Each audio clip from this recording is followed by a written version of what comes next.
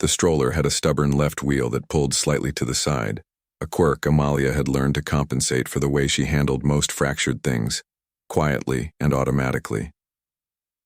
The rubber grip bit into her palms as she steered, a steady, grounding friction against her skin. It was a Thursday afternoon in late September, the kind of day Denver does better than almost anywhere else. The sky arched overhead in a deep, unhurried blue, carrying that thin, high-altitude bite reminding everyone the mountains were always watching from the west. Washington Park hummed with just enough life to feel vibrant, sparing her the hassle of navigating an obstacle course. She found a quiet stretch of path along the lake where cottonwood trees dropped their leaves in slow, spiraling arcs, pushing the double stroller at the leisurely pace of a woman with nowhere urgent to be. Technically, a 4 o'clock conference call loomed over her schedule, but a sleeping baby at that hour justified any amount of frantic calendar rearranging. Luca was already halfway to dreamland, his head drooping at the exact angle that signaled an imminent surrender to gravity. Mia, conversely, scrutinized a fallen leaf with the raw intensity of a scholar discovering the concept of yellow for the absolute first time. Her small fist closed over the brittle edges. She looked up at Amalia with those distinct eyes. The very eyes Amalia had fiercely loved and bitterly resented for 17 months, and offered the foliage as a solemn gift. "Thank you," Amalia murmured in her most official, diplomatic register. "That is a very good leaf." Mia grunted in deep satisfaction and instantly crushed it into dust. The dry, papery scent of crushed autumn leaves wafted up, mingling with the faint, sweet smell of baby lotion lingering on Mia's skin. Amalia aimed the stubborn stroller toward the southern path when a violent shift in the atmosphere hit her. Her pulse spiked against the collar of her sweater. A sudden cold prickle crawled up the nape of her neck, bringing a heavy metallic taste to the back of her tongue. Her body recognized the danger long before her brain could catch up, demanding she keep walking and never look up. She looked anyway. He stood roughly 40 feet away on the opposite side of the asphalt, gripping a rolled set of blueprints under one arm and a coffee cup in his other hand. He wore a dark jacket over a gray shirt, his light brown hair overgrown, a newer, close-cropped beard framing his jaw. He had finally grown into his own face. The hollows beneath his cheekbones had settled into sharp, steady lines. He occupied exactly the right amount of space in the world, radiating the quiet gravity of William Harte. He was entirely focused on his phone, buying her exactly 3 seconds to make a decision. She held her ground. A bone-deep exhaustion anchored her sneakers to the pavement. She was utterly drained of the energy required to flee. She was simply done rerouting her life, finished with shrinking herself so his ghost couldn't catch her in unfamiliar cities. Denver belonged to her now. He had surrendered his right to this geography the day he left. He looked up. A pressurized, suffocating silence slammed down over the park.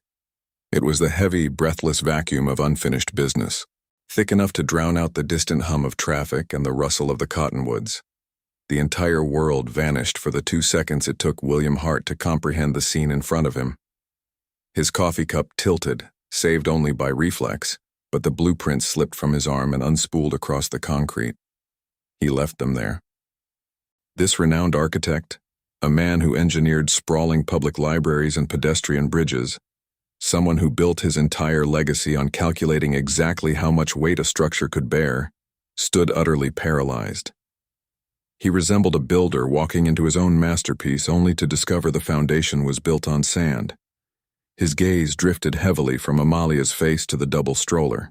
He took in Luca, whose round cheek was now squished against the padded fabric in deep sleep, before his eyes locked onto Mia. She stared back at the tall stranger with unfiltered, innocent curiosity. Mia had green eyes. They were the exact shade of crushed sage. His eyes.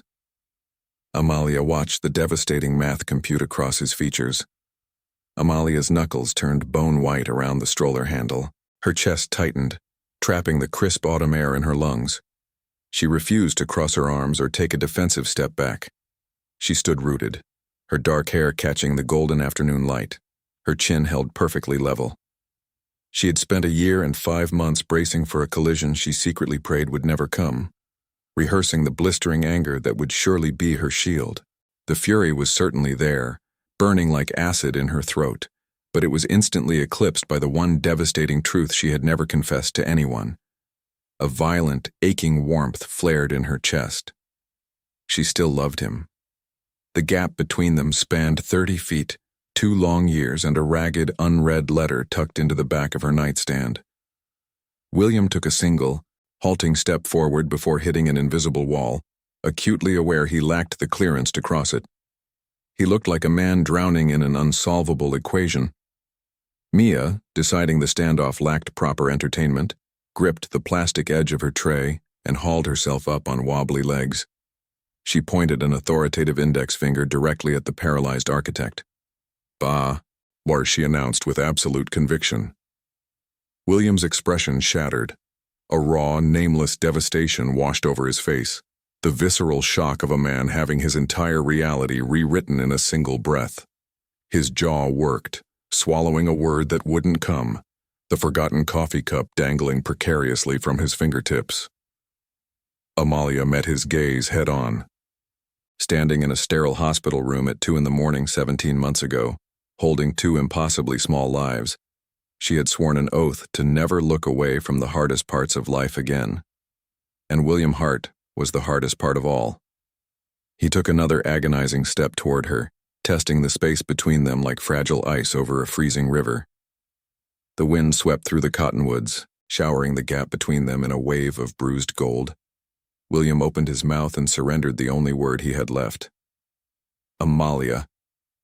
The letter had been waiting on the kitchen counter since Sunday night, anchored beneath the heavy brass of his spare key. He had scrawled it across the back of a crumpled project invoice, a testament to a man who lived his life in blueprints rather than carefully chosen stationery. She finally discovered it on a Tuesday evening. Returning from a late client dinner, her body carried the pleasant, heavy warmth of 2 glasses of Cabernet.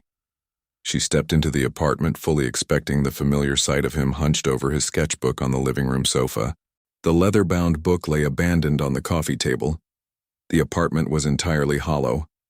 A profound, primitive intuition, a sudden tightening in her gut warning of an unseen cliff edge, forced her hand toward the paper before she could retreat to the bedroom.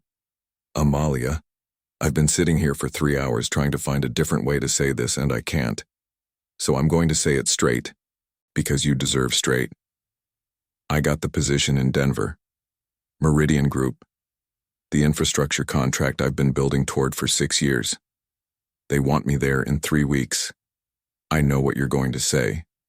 I know because I've been saying it to myself, in your voice for the last 72 hours. You'd say we could figure it out. You'd say long distance is hard, but people do it. You'd say your life is here, your work is here, your family is here. You've always been clear about that, and I've always loved you for knowing exactly where you belong. That's the part I can't get past. You know where you belong, and I've known for a long time that I've been building toward something that wasn't here. I'm leaving because I think if I stay, I'll spend the rest of my life watching myself turn into someone who resents the choice. You deserve someone who is completely here. You deserve more than a man with 1 foot out the door. Please don't come after me. Please don't call. I know myself well enough to know that if you ask me to stay, I will. And then I'll spend years wondering, and that will hollow us out from the inside until there's nothing left. You are the best thing that ever happened to me. I need you to know that, even though I'm proving it very badly right now. I'm sorry. I'm so sorry. William. She devoured the ink 4 separate times. The initial read was a frantic blur, a desperate skimming hoping the sheer speed would dilute the impact. On the second pass, the words "please don't come after me" seized her lungs, stealing her oxygen until the edges of the room darkened. By the third reading, she stood paralyzed. The jagged teeth of his spare key bit sharply into her palm, leaving deep crescent moons in her flesh as she squeezed her fist shut. Halfway through the 4th attempt, her knees simply gave out. She collapsed against the baseboards, the cold linoleum seeping through her skirt. The true devastation of an ending like this stems from a ruthless calculation. He had weighed their entire shared history, the mundane weekday mornings, the navigated arguments, the quiet intimacy of his hand tangled in her hair as he slept. and he had mathematically concluded that his ambition was simply heavier. Furthermore, he had made that devastating calculation for her, effectively silencing her before she could even speak. She navigated the ensuing days trapped in a dissociative fog. Her physical body commuted to the office, sat through grueling strategy meetings, and drafted complex contracts. Her voice projected a terrifying hollow professionalism as she approved deadlines and delegated tasks. She refused to shed a single tear, swallowing the thick lump in her throat until it felt like a bruised stone. By Wednesday, she finally surrendered to a clinic appointment she had deferred for a fortnight, dreading the moment a theoretical fear would crystallize into reality. She perched on the edge of the examination table, shivering as the crinkling paper gown provided zero insulation against the sterile, heavily air-conditioned room.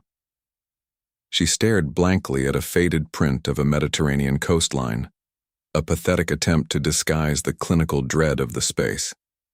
The attending nurse delivered the results with a practiced, merciful simplicity. Amalia nodded mechanically, expressed a polite measure of gratitude, and retreated to her car. She remained locked inside the vehicle for 22 agonizing minutes. The reality of the moment offered no poetic shelter. A 29-year-old woman sat entirely alone in a sun-baked parking lot, exactly 6 days after a hastily scrawled invoice decimated her future, clutching a pamphlet confirming her pregnancy. The steering wheel leather grew sticky beneath her damp palms. Her pulse hammered a frantic, sickening rhythm against her temples. The letter was already etched into her bone marrow. Yet, echoing against the deafening roar of her grief, one specific line played on a relentless loop. "I think if I stay, I'll spend the rest of my life watching myself turn into someone who resents the choice." He possessed such absolute certainty. He had packaged his unilateral decision into a neat envelope, actively demanding she never challenge it. The sheer arrogance of his departure struck her like a physical blow. He had secured his own clean getaway, deliberately revoking her right to look him in the eye and reveal the life quietly multiplying inside her. Her fury manifested as a slow, rising tide. It crept through her veins in that parking lot, followed her into her silent apartment, and steeped with her in a scalding bath. By morning, it had crystallized into a pure, clarifying rage. Over the next 9 days, she drafted 11 different text messages. Her thumbs hovered over the screen, pouring out venom, begging for an explanation or simply typing his name. Her chest would heave with the effort of breathing around the unspoken words, only to furiously delete every single syllable. On the 10th day, she locked her phone. He had claimed the power of choice, operating under the arrogant assumption that he possessed all the variables. She would claim her own power. The sharp chirp of a cardinal suddenly pierced the memory, violently snapping her back to the asphalt path of Washington Park. The golden afternoon light washed over the cottonwoods once more. Luca remained slumped in a heavy slumber. Mia stood upright, her sage-green eyes locked onto the paralyzed architect. The defining truth of their separation anchored Amalia firmly to the concrete.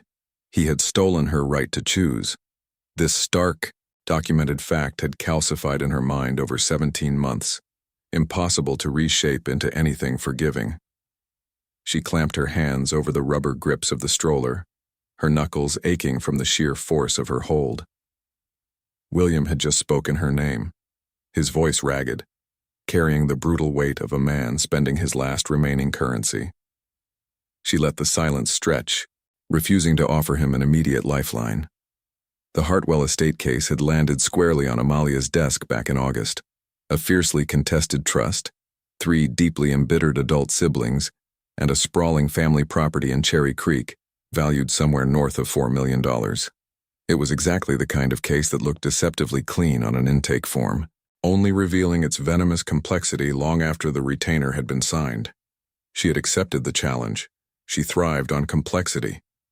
What she had completely failed to anticipate, what had not even registered as a phantom variable in her most paranoid 3 a.m. mental gymnastics, was that the Hartwell family's primary architect of record for the massive estate renovation was William Harte. His firm had secured the lucrative contract 6 months prior, back when the siblings still lived under the delusion that they could agree on anything.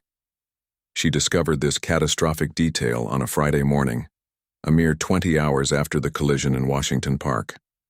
Cora called within 3 minutes of receiving the text. "You need to recuse yourself immediately," Cora ordered, not even waiting for Amalia to finish her greeting. "I am absolutely not recusing myself." "Amalia, it is a strictly professional context. We are both functioning adults. I will manage it." A heavy, static-filled pause stretched across the line from Cora's end, pregnant with approximately 47 unspoken, highly critical opinions. How did he look? Amalia stared flatly at the textured ceiling of her Denver hotel room. Old, liar, tired, also a lie. The Hartwell mediation was set for Monday at 2 o'clock sharp in the downtown offices of the estate's accountant. Gerald was a man who radiated the deeply defeated energy of someone who had spent 30 years managing other people's toxic family drama and had completely depleted his patience reserves. The conference room was an aggressively corporate glass box. The air conditioning hummed with a sterile, dry chill that immediately sapped the moisture from Amalia's skin. The coffee was awful in the highly specific way that conference room coffee always is. It met the technical legal definition of coffee, but offered zero comfort. Amalia arrived 7 minutes early.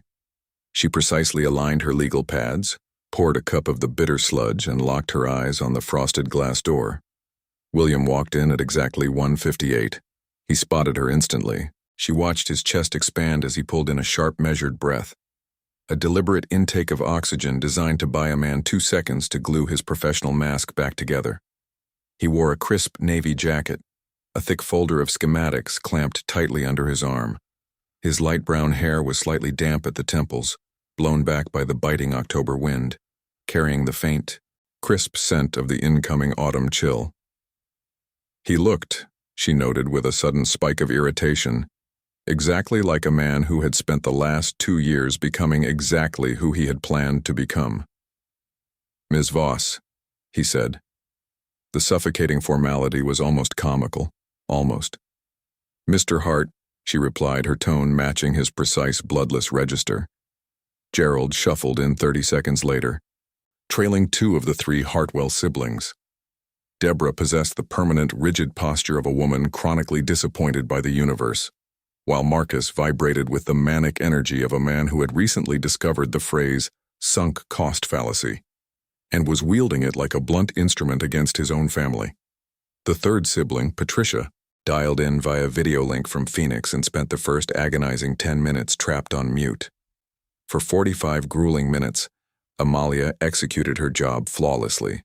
She listened actively, deployed incisive questions, and expertly translated the raw emotional chaos of a bitter family dispute into the sterile, actionable language of legal frameworks. She actively avoided looking at William unless absolutely dictated by professional necessity. Yet, she was hyper-aware of his presence the entire time. Her skin prickled with a low-frequency hum every time he shifted in his leather chair. He occupied space differently than anyone else in the room. His presence registered like a deep bass note beneath the shrill bickering. He was brilliant at his job. She hadn't expected that fact to grate on her nerves, but it did. When he walked Gerald through the intricate renovation schematics, speaking fluently about load-bearing walls, historical preservation, and the exact angles of natural light, his voice deepened with genuine, unfeigned passion. She caught herself leaning in, unconsciously absorbing the deep resonance of his voice, simply for the pleasure of it, before violently, mentally snapping her attention back to her legal pad. The meeting adjourned at 3:40. When 2 people with 18 months of heavy, unspoken history find themselves alone in a sterile corporate hallway, they are faced with a stark binary choice. They can either bury their faces in their phones and let the silence swallow them whole, an efficient, cowardly, and entirely valid survival tactic, or one of them can finally shatter the silence. William shattered it. "Can I buy you a coffee?" He paused, his Adam's apple bobbing as he swallowed hard. A noticeably better coffee than whatever that sludge was. Amalia evaluated him coolly. His knuckles were white where he gripped the edge of his leather portfolio. The tension was subtle, masked by the practiced steadiness of a man highly trained in controlling his physical reactions, but she recognized the microscopic tremors. She utilized the exact same armor. "No," she said. "Okay." He gave a single short nod. He offered no pressure, no debate. "How are they?"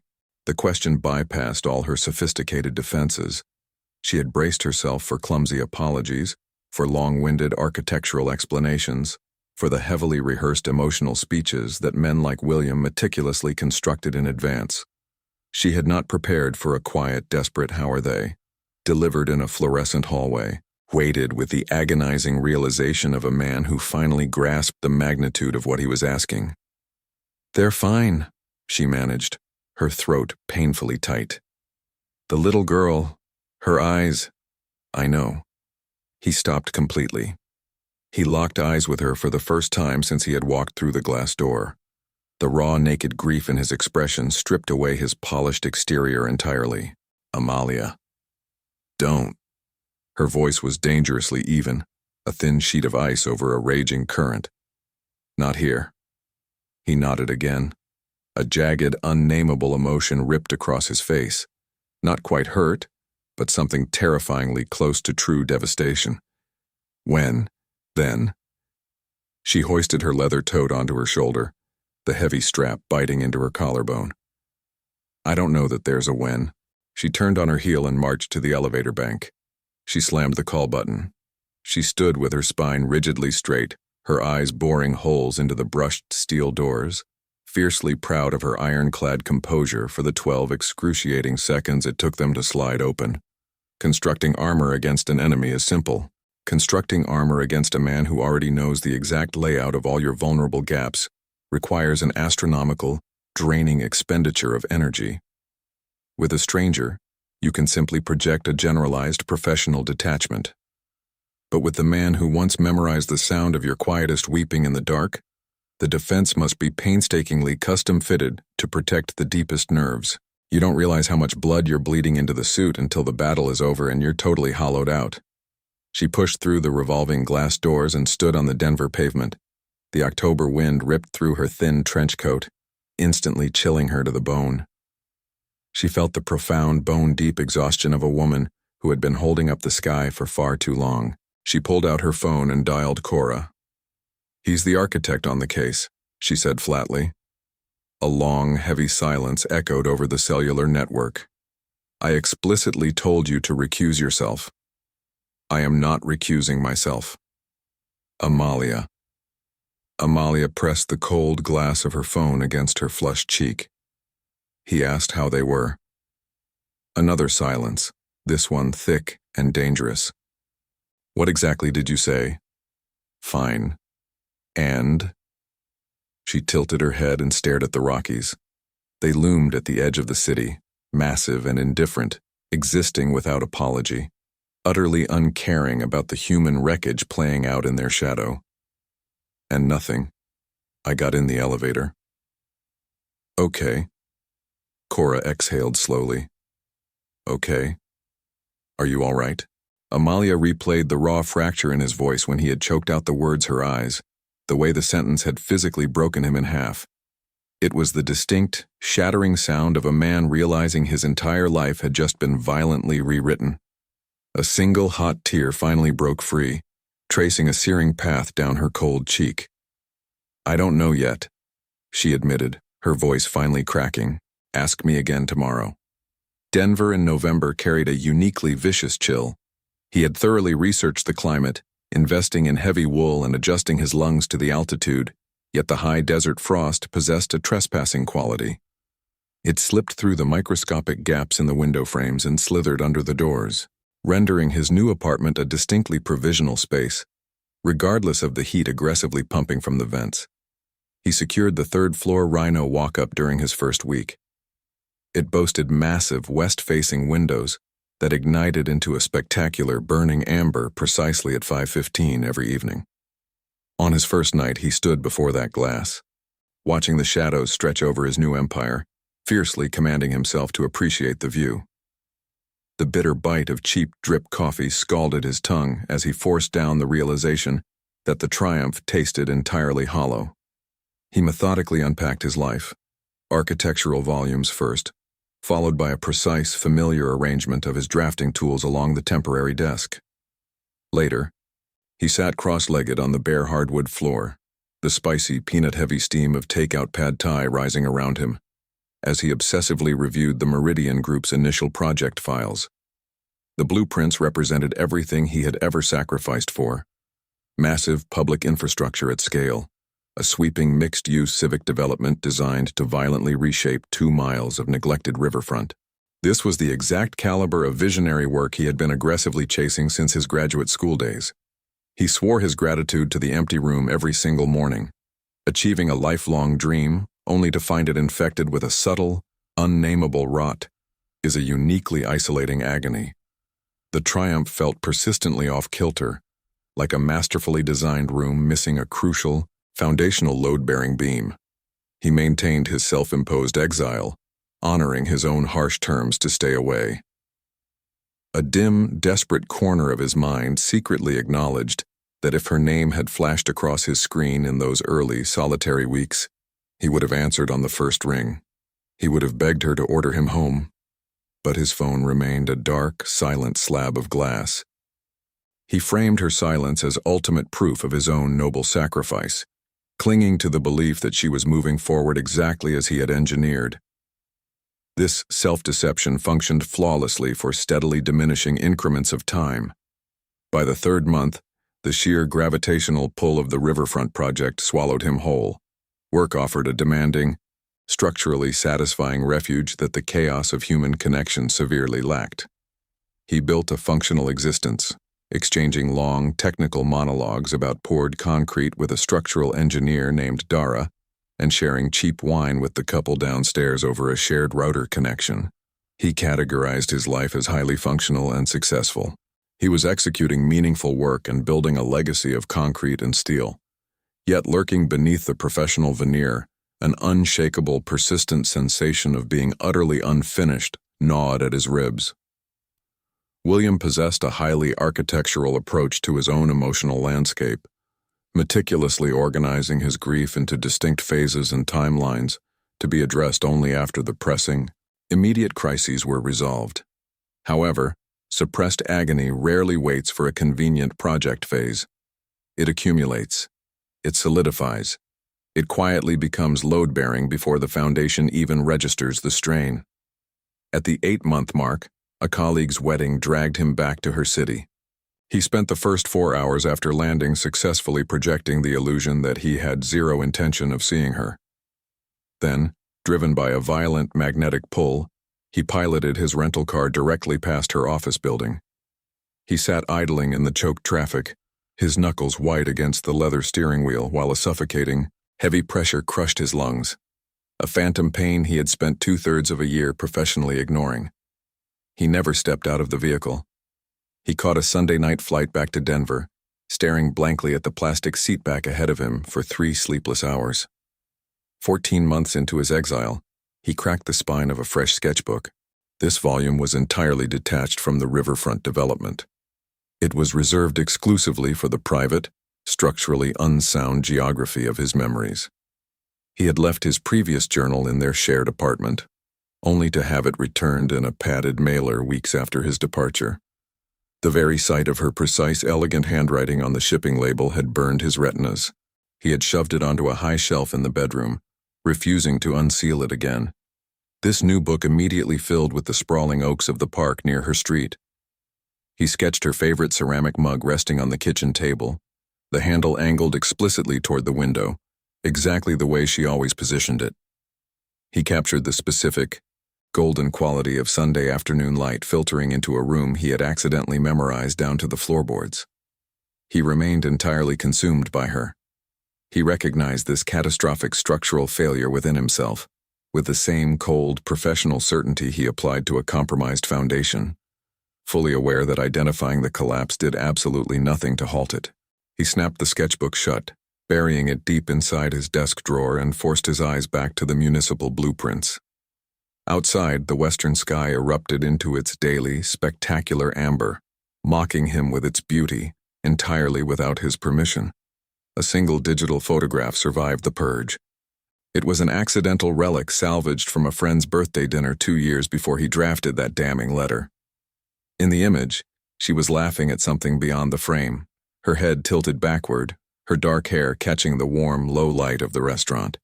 William, captured in profile, was ignoring the camera entirely, completely transfixed by her face. He repeatedly ordered himself to permanently erase the file. He always failed.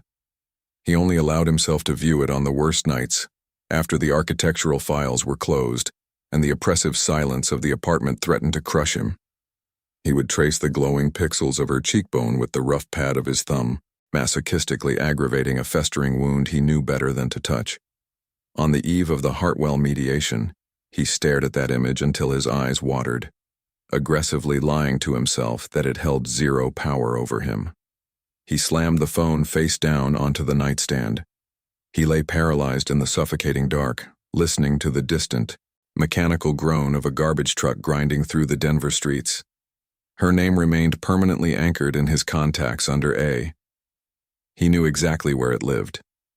It happened on a crisp Saturday morning, an encounter that felt like the universe exercising a particularly cruel brand of bad judgment. Amalia had actively avoided any plans to be at the Cherry Creek Farmers Market. She had blocked off the morning for a mountain of Hartwell estate paperwork. But Luca had jolted awake at 5:30 a.m., radiating a focused, non-negotiable kinetic energy that could only be burned off with fresh air and constant motion. Mia, who monitored her brother's volatile moods with the intense scrutiny of a miniature meteorologist, immediately decided that screaming in solidarity was the only appropriate response. By 7:15, Amalia was pushing the double stroller down the bustling market path. The twins broadcast identical expressions of profound, sleepy satisfaction at the world, and Amalia gripped a heavily caffeinated macchiato she felt she had earned in blood. The market was vibrant in the specific way Denver outdoor markets excel. Artisanal honey vendors flanking a kettle corn stand, bleeding into a booth of hand-thrown ceramics, next to a man who, inexplicably, had built an entire business model around a single, aggressively spicy hot sauce. The morning air was sharp, bright, and cleansed by the altitude. Amalia felt her shoulders drop a fraction of an inch. She was dangerously close to feeling relaxed. She was distracted, carefully examining a bucket of freshly cut dahlias, their petals a deep, velvety burgundy, the exact shade of a bruised plum, when she heard Mia's sound. It wasn't her sharp distress wail nor her frantic hungry grunt. It was her interesting person sound. It was a highly specific, rapid-fire series of staccato syllables that Mia exclusively deployed when an object or a person had completely hijacked her attention. Amalia snapped her head up. William was crouched low on the asphalt, directly in front of the stroller. Whether he hadn't spotted Amalia yet, or had made the highly strategic, cowardly decision to initiate contact with the smaller, significantly less hostile targets first was irrelevant. He was squarely at the twins' eye level. His forearms rested heavily on his denim-clad knees, the fabric pulled taut against his thighs. He was staring at the children with an expression completely stripped of his usual guarded, professional armor. Mia was actively studying him. She subjected him to the same intense, unblinking focus she applied to dead bugs and shiny wrappers, her head cocked slightly to the left, her bottom lip jutting forward in deep concentration. Then, with the brisk, ruthless efficiency of a tiny conqueror claiming new territory, her small fist shot out and seized his jacket lapel. "Hi," William breathed. The word was a rough whisper, barely audible over the market noise, but it carried the crushing weight of a genuine revelation. Luca, who had been observing the entire exchange with the solemn, measured evaluation of a senior diplomat assessing a highly suspect applicant, apparently decided this stranger met his mysterious criteria. He slowly extended his small arm. He didn't reach for William. He simply offered his hand, palm facing up. It was an enigmatic gesture Amalia had never successfully decoded, but one Cora jokingly referred to as giving the peasants a chance. William hesitated for a fraction of a second. Then, with excruciating gentleness, he pressed the broad pad of his index finger flat against Luca's tiny soft palm. Luca's small fingers immediately curled inward, locking William's hand in place. Amalia's breath hitched, trapping the crisp autumn air in her throat. The thick, green stems of the dahlias crushed against her palm as her grip reflexively tightened. She stood exactly 3 feet away, effectively paralyzed. She was staring at a man she still deeply, terrifyingly loved. She was staring at a man she was violently furious with, a man she had absolutely not forgiven, a man operating in total darkness regarding the magnitude of his own life. And there he was, crouching on the dirty asphalt, simultaneously tethered to both of her children. 2 violently opposing forces collided in her chest. The love, which she had spent 2 years aggressively pretending was dead, flared up, warm, terribly specific and agonizing in its stubborn persistence. Simultaneously, a newer, louder, and entirely rational terror spiked in her blood. This man has already detonated my life once without asking my permission. What happens when he decides to make another calculation? The delicate burgundy petals of the dahlias began to snap and bruise beneath her white-knuckled grip. She didn't feel a thing. William slowly lifted his gaze and caught her watching him. He rose to his full height with deliberate, agonizing slowness, moving with the careful caution of a man trying not to spook a cornered animal. He towered over the stroller, his face working frantically to construct a neutral mask, failing completely to hide the raw devastation underneath. "I wasn't following you," he said, his voice tight. "I live 4 blocks from here." "I know." She had known, in a vague, abstract sense, that the Cherry Creek district bordered his firm's new headquarters. She had completely failed to extrapolate what that geographical reality meant for her Saturday morning coffee runs. Mia stubbornly refused to release his lapel. She maintained her iron grip with the calm, terrifying certainty of a toddler who has decided a fixture is permanent, regardless of anyone else's opinion. "She does that," Amalia stated flatly. "What's—" He choked on the word, swallowing hard before trying again. "Can I ask their names?" The request was agonizingly careful. It was the heavily sanded, meticulously filed-down question of a man who had spent days obsessively turning the words over in his mind, desperate to strip away any sharp edges that might trigger her defenses. She had offered him less than nothing in that fluorescent hallway on Monday, and he hadn't dared to push. She recognized that he wasn't pushing now, either. He was pleading.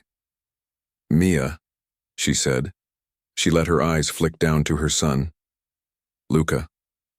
A violent, microscopic tremor crossed William's features, a fast, involuntary flinch that vanished before she could fully categorize it. His jaw flexed, a hard knot of muscle popping beneath his beard. He stared at Luca, who was still evaluating him with that ancient, unnerving patience, and then shifted his gaze back to Mia, who had just confidently added her second fist to his ruined jacket lapel. "How old?" he asked. His voice cracked on the second word. 1 and 5 months. She stood perfectly still and watched the brutal, terrifying math compute behind his eyes. She had known this exact moment was coming. She had anticipated it since the suffocating silence in the park, since the icy confrontation in the conference room, since the very second she realized sharing a city meant this collision was inevitable. She had arrogance enough to believe she was armored for it. She had been wildly, catastrophically wrong. You can rehearse the blistering monologue in the shower for a year. You can perfectly calibrate the venom in your voice, anticipating the confrontation, the apologies, and the long overdue bloodletting reckoning. But you can never account for the staggering, quiet destruction of seeing him be gentle with your children. You cannot account for your daughter clutching his coat, like she possesses some genetic memory you've spent 2 years trying to erase. You absolutely cannot account for your son offering his fragile, trusting hand, and watching the man you are determined to hate receive that tiny gesture like it is the only thing anchoring him to the earth. The human heart simply refuses to adhere to the rigid, protective schedules we desperately try to enforce.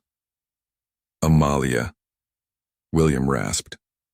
His voice dropped an octave, vibrating with a desperate, heavy steadiness. "I need to ask you something." "Not here." "I know." He stared down at Mia, He studied the slope of her nose, the unruly dark curls curling at her temples, and the deep sage-green eyes that were currently dissecting him with the exact same hyper-focused intensity he used to dissect structural blueprints. "I know, but I have to ask." She forced herself to wait. "Are they?" He abruptly cut himself off. He lifted his head and locked his eyes onto hers. She saw the exact same desperate, agonizing precision in his face that she had read in that goodbye letter. The terrified hyper-focus of an architect who realizes that placing a single word in the wrong load-bearing position will collapse the entire structure. "Is there something I should know?" The chaotic noise of the farmer's market blurred into white noise. A vendor laughed uproariously 2 booths down. A small child loudly demanded to know why the strawberry jam was so expensive. Amalia let the silence stretch. She stared at the man who had claimed to love her, the man who had abandoned her, the man who had walked away completely ignorant of the collateral damage he left in his wake. She stared at a man who was now holding his breath, keeping his body painfully still, and actively offering her the exact thing he had stolen from her 2 years ago: the right to choose. The realization stung like iodine in a fresh cut. "Not here," she repeated. But her tone had fundamentally shifted. The sharp defensive ice had cracked. William caught the subtle difference instantly.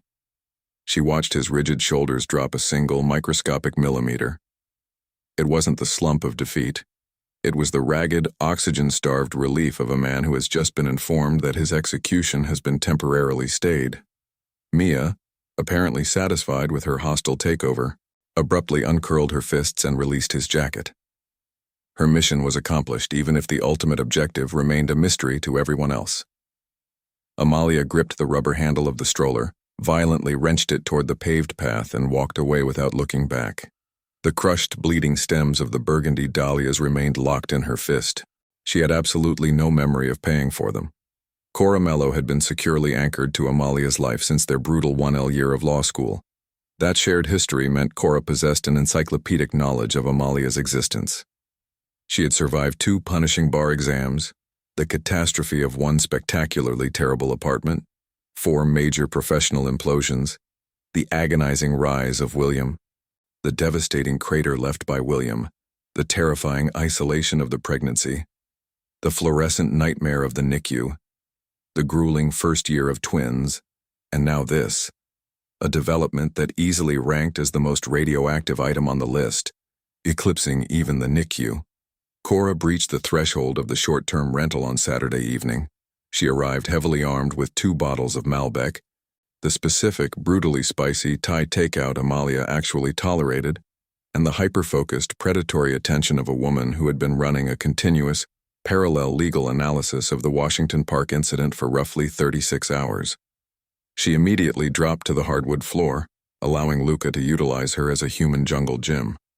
Across the room, Mia had aggressively claimed the center of her foam playmat, conducting a rigorous, silent audit of her entire toy inventory, picking up each block, scrutinizing it for flaws, and discarding it with prejudice. Amalia's corporate-sponsored apartment for the month was compact but undeniably excellent. It boasted soaring ceilings, solid architectural bones, and a narrow balcony that perfectly framed the jagged silhouette of the Rockies as they bled into rose and gold. "You have to tell him," Cora stated flatly, not bothering to look up as Luca triumphantly summited her shoulder and began a logistical assessment of her earrings. "I am acutely aware of that. You have to tell him before he finishes the equation himself. I am aware of that too.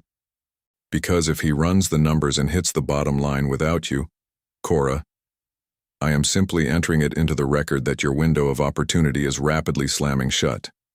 It's been closing since you locked eyes in the park." Cora finally lifted her head. Her face settled into that highly specific, terrifyingly effective blend of deep affection and utter ruthlessness that was her natural resting state. "He is an architect, Amalia. His entire brain is wired for structural math. He is going to figure it out. He's already running the numbers." Amalia gathered a messy stack of Hartwell depositions, aggressively shoved them to the far end of the sofa, and collapsed into the cushions. The leather groaned under her weight, a physical echo of her exhaustion. He cornered me at the market this morning. Is there something I should know? That was his exact phrasing. Cora went completely still. And your testimony? Not here. Which means you have essentially confessed. Which means I have formally acknowledged that a deposition is required. Amalia stared grimly at the dark ruby surface of her wine. Those are two entirely different legal maneuvers. Cora Mello requires a moment of dedicated attention because she is far too vital to this narrative to be relegated to the margins. Cora is the woman who physically forced Amalia into the passenger seat for every single prenatal appointment during those suffocating first 3 months when Amalia was drowning in a dissociative fog. Cora is the woman who held vigil in the sterile, terrifying purgatory of the hospital waiting room at 2:00 a.m., refusing to leave the premises until the neonatologist confirmed both infants were breathing independently. Most importantly, Cora is the woman who had never, not once, in 17 grueling months, uttered the words you should have told him. She withheld that judgment not because she lacked the opinion, but because she fundamentally understood that Amalia was already crushing herself beneath the weight of that knowledge. Yet tonight, Cora was finally weaponizing that sentence. She was deploying it because she loved Amalia fiercely enough to inflict the necessary pain when the tactical timing demanded it. He is not going to pull a vanishing act this time, Cora said softly. You have zero empirical evidence to support that claim. I have the evidence that he tracked you down at a crowded farmer's market on his Saturday off and actively engaged in a hostile cross-examination instead of sprinting in the opposite direction. That is circumstantial. He held Luca's hand, Cora interrupted, her voice dropping an octave. You literally just submitted that into evidence. Luca offered his hand and William held it. Amalia's jaw clamped shut. Mia abandoned her rigorous inventory. She executed a wobbly, determined march across the foam tiles, using the edge of the coffee table for leverage, until she reached the sofa. She slapped her small, sticky palm flat against Amalia's denim-clad knee. It was a physical check-in. Are you functioning? Translated from the silent, hyper-observant language of a 1-year-old. Amalia immediately covered Mia's tiny hand with her own, her thumb gently stroking the soft knuckles. He executed a unilateral decision 2 years ago, Amalia said, the old familiar acid burning the back of her throat. He calculated the variables, decided what was best for his career and my life, and terminated the contract without giving me the opportunity to offer a rebuttal. And now you are advising me to just hand him. I am advising you that your children are rapidly approaching consciousness, Cora cut in quietly. They are going to grow up and they are going to start asking discovery questions, and Exhibit A is going to be the identity of their father. She let the silence stretch for a heavy 3 seconds. I am not telling you to offer him a pardon. I am telling you to control the narrative before he pieces it together in isolation. Because if you let that happen, your first real conversation is going to be a bloodbath. Cora's logic was ironclad. Amalia, a woman who had built a lucrative career surgically extracting brutal truths from 12-page trust documents and hostile, multi-generational family disputes, could not ignore the precedent. She understood the critical difference between a truth that was merely inconvenient to acknowledge and a truth that was fundamentally, structurally unavoidable. This truth was the foundation of the entire building. 2 hours later, Cora was gone. Luca was sealed into fresh, aggressively yellow pajamas, and Mia had finally surrendered to unconsciousness in the nursery. The half-empty bottle of Malbec stood like a monument on the coffee table. Amalia sat entombed in the heavy silence of the apartment, staring blankly at the glowing rectangle of her phone. A text from William sat in her notifications. He had fired it off at 6:47 p.m., precisely when she had been wrestling Luca into his crib. I'd like to take you up on that conversation, whenever you're ready. No pressure, no timeline, whenever you say. I'll be here. She analyzed the text 3 separate times. She flipped the phone face down against the wood, a deeply ingrained reflex designed to buy her brain a few seconds of peace without the screen demanding an immediate ruling. Then, she snatched it back up. Her thumbs flew across the glass. Tuesday, 7 p.m. There's a quiet place on 17th called Linden. I'll secure a table. She smashed the send arrow before her brain could draft a motion to dismiss. The notification chimed exactly 40 seconds later. I'll be there. She dropped the phone onto the cushion as if it were radioactive. Her pulse hammered a frantic, irregular rhythm against her ribs, a violent snare drum echoing in the quiet room. She pushed herself off the sofa and walked silently down the hall, stopping in the darkened doorway of the nursery. Mia was deeply asleep. One small, perfect fist curled tightly against the breathable mattress. She was pulling deep, authoritative breaths, growing at a relentless, terrifying rate that still managed to ambush Amalia every single morning. "He doesn't know yet," she whispered to the shadows, her voice snagging on a knot of pure terror. "But he's going to." Mia didn't twitch. Beyond the glass, Denver was executing its nightly routine. The jagged peaks of the mountains dissolved into the black ink of the sky. The city grid flickered to life in a sprawling sea of orange sodium light, and the entire western horizon bruised into a deep, serious purple that cared absolutely nothing for anyone's carefully constructed timeline. Tuesday, she thought, the word tasting like copper on her tongue. Okay. Tuesday did not go according to plan. William arrived at Linden at exactly 6:58, immediately checking his phone to find a text from Amalia announcing a 15-minute delay. Luca had rejected his dinner with a highly specific, comprehensive stubbornness that derailed the entire evening schedule. William ordered a glass of sparkling water and claimed the secluded booth she had reserved against the exposed brick-back wall, locking his eyes on the entrance. She pushed through the heavy wooden doors at 7:19. She wore a tailored, dark wool coat, her hair falling loose around her shoulders. As she approached the table, William stood, not as a calculated performance of manners, but as a deeply ingrained reflex she had entirely forgotten he possessed. The restaurant was intimate, dimly lit by flickering table candles, and the air was thick with the rich, savory scent of wood smoke and roasted rosemary. She slid into the booth opposite him. They blindly pointed at items on the menu, dismissing the waiter as quickly as possible, and then the space between them violently compressed into silence. "Before you say anything," William began, his voice tight, "I want you to know I am not here to issue demands. I am not here to dictate what you owe me, or what I believe the next steps should be. I'm just—" He broke off. He stared blankly at the condensation beading on his water glass, then raised his eyes to meet hers. "I found a photograph." Amalia froze. Her lungs simply stopped pulling in air. "On my phone. From 2 years ago. A week before I left." He placed his phone flat on the rustic wood table, screen facing up, and slowly slid it across the center line. It was an image she had never seen. A candid shot captured at a crowded dinner party at a mutual friend's house. It was Amalia, standing by the kitchen island, exactly 5 weeks pregnant. It was taken before her body had changed, before she had any inkling of the catastrophic shift inside her, back when she was confidently holding a crystal glass of cranberry juice and lying to the room that it was a vodka cranberry. William hadn't known either. When she discovered the truth, he had already been in Denver for a week. But tonight he had stared at that glowing screen.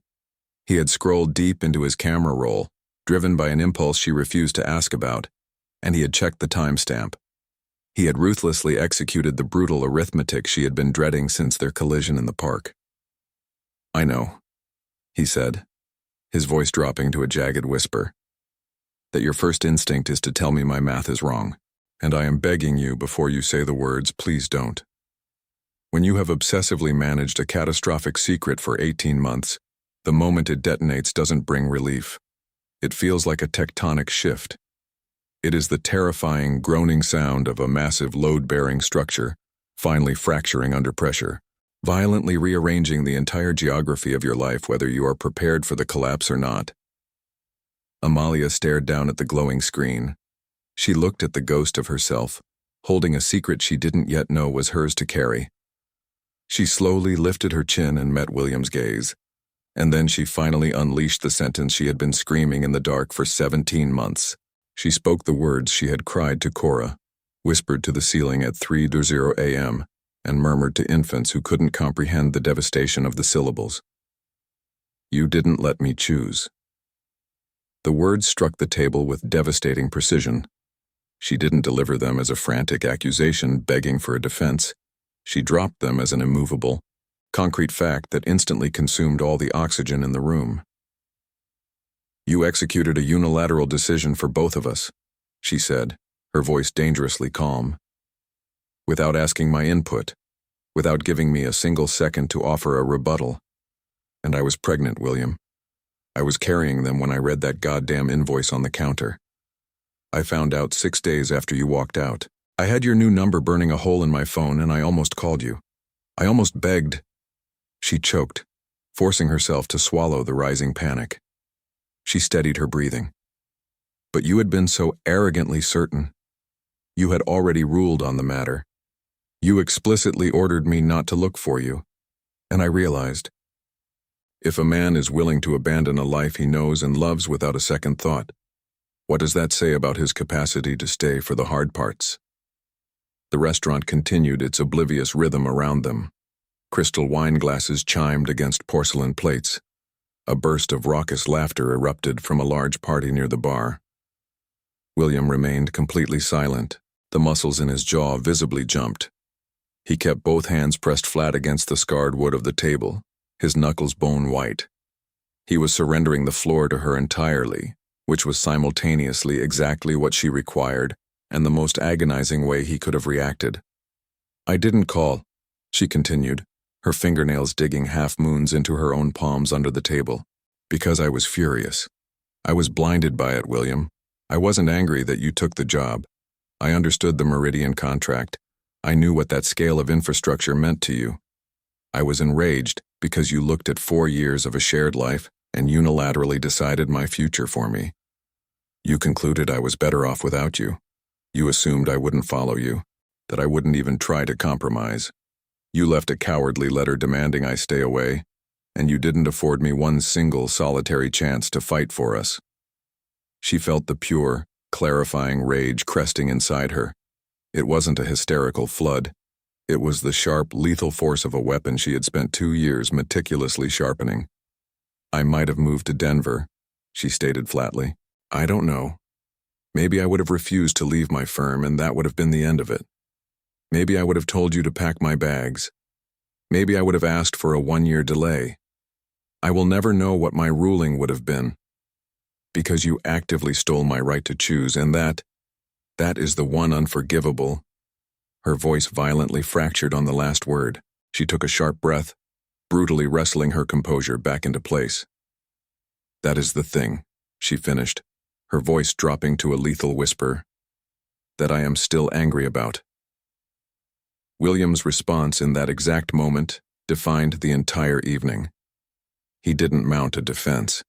He didn't deploy the usual cowardly excuses. I was trying to protect your career, or you always swore you'd never leave your city. He didn't offer a single mitigating factor that would have technically been true but would have incinerated the moment.